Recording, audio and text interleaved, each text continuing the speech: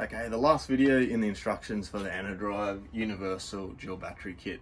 So now that we've got it all connected, it's wired into the vehicle's battery, it's connected down to the auxiliary battery in our canopy or camper van, it's time to run through the initial setup. So today we're going to be charging an AGM battery. So the two most important things to set up with the charger is that it's set to the right battery profile. If we're charging AGM, we want it set to AGM. If we're charging lithium, we want it set to lithium. It's quite important.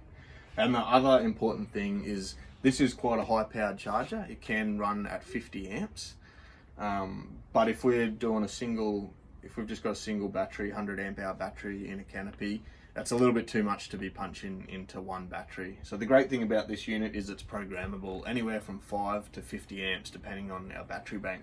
So we can start with a small battery like we have today, and if we decide to up that, put 300 amp hours of battery, then it's just a matter of programming this charger and then letting it run at its peak if we're charging multiple batteries or a larger bank. So it's all connected now. What I'm going to do is simulate that we've started up a car. So we can see now that the screen is dead on the unit, and the screen will be dead unless the unit sees a charge source. So if we had solar plugged into our Anderson, or if we start the vehicle up, we want to see the unit light up. So I'm just going to simulate that now. So there we go. So now it thinks that the car has started. It's going to do an initial run through, just check its own parameters. So now it's already done that. So we're seeing the current now, and we're seeing the stage. So that's bulk stage, means it's cranking in quite hard under that battery. It's putting 10.7 amps in, bulk stage, and then I'll show, oh, now it's gone to absorption already. This is our auxiliary battery voltage, 14.6 volts. And now it's just going to run through those three screens when we're on AGM. So we can see up the top here, it is actually set to AGM. So if you were to use another type of battery, I'll just show you how to do that. So to enter our settings, we just hold the menu button. So we've got menu, set, and select. Hold that menu button in. Now we're seeing the top row of batteries, they've all appeared, and the current selected one, AGM, is flashing. So using the select button, we can change to a different profile. So now you'll see we're on flooded. Now we're on lithium. Programmable is a custom setup. Then we're on gel. Back to AGM. And because we're charging AGM, we're going to stay in AGM. So we're going to hit that set button, and that's going to lock that in. Next one, we're on set to 25 amps. Now, when this kit comes out of the packet, it will be set to 40. So I'm just going to show you how to change that. So it's set to 25 now. Just by hitting the select button, it's going to go up in increments of 5. So we're seeing 35, 40, 45, 50, back to 5 amps. So because we're running a 100 amp hour AGM battery, I'm going to happily set it at 25 amps. But that rating can change from battery manufacturer. So it is best to check with the battery supplier, the person who supplied the battery with that company, and get the specs from that battery as to like the maximum charge current that it can handle, and make sure you're out under that to be safe.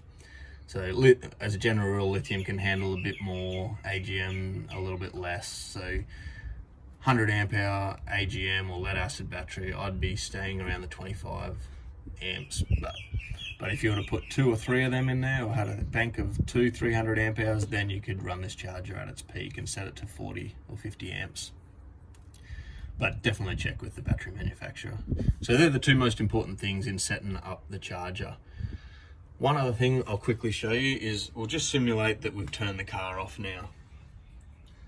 So if I shut down the car, in a short period of time, up to 3 minutes, it can take up to 3 minutes, but this should happen quickly. We're going to see the screen go back to sleep. Now this would simulate also if you got to your campground and you've set up camp, you look at the screen, it will be dead. If at that point you want to check your battery voltage anytime during the night, or just with the vehicle not running, it's just a matter of holding in that menu button again, and the screen will just go through its series of checks again. So it's just going to show you the battery voltage. So there we go. So we're seeing battery voltage now, solar panel voltage, and the engine voltage, which I've disconnected. So I'll just run through one series of screens shows, and then it's going to turn off. So I'll just wait for that to turn off again. And then our other means of charge, other than vehicle charging, is through solar. So once the screen goes dead again, so there we go, it's shut down now. So if we've got to our campsite, we've turned off the car, we've set up camp, we're going to have the screen dead. We've also got the option for solar while we're camping. So this is the Anderson plug here, the short lead. It says solar panel input. So this is for unregulated solar panels. So this becomes a solar reg. So we just want a panel or a blanket straight into this port, and the Enerdrive will do the rest. So I'm just going to simulate that now. I've got a little 100 watt panel outside. Plug that in. Once again, the Enerdrive has seen a charge source, and it's firing back up. Once it does, it's going to show us our battery voltage again, and it's also going to show current coming in from the solar panel. It may take a minute to set itself up, but we will see a current there coming in from solar, unless the battery is fully charged.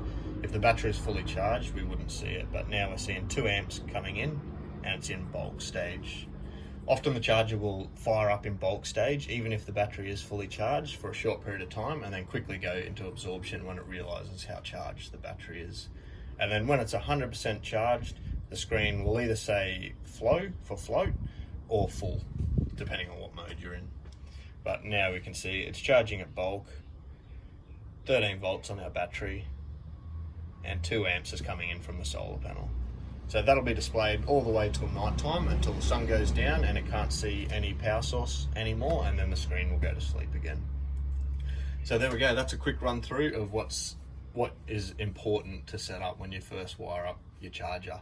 Do recommend reading the manual and getting to know the unit better, but they're the 2 most important things that must be done when you first wire up the charger. Now it's ready to go camping.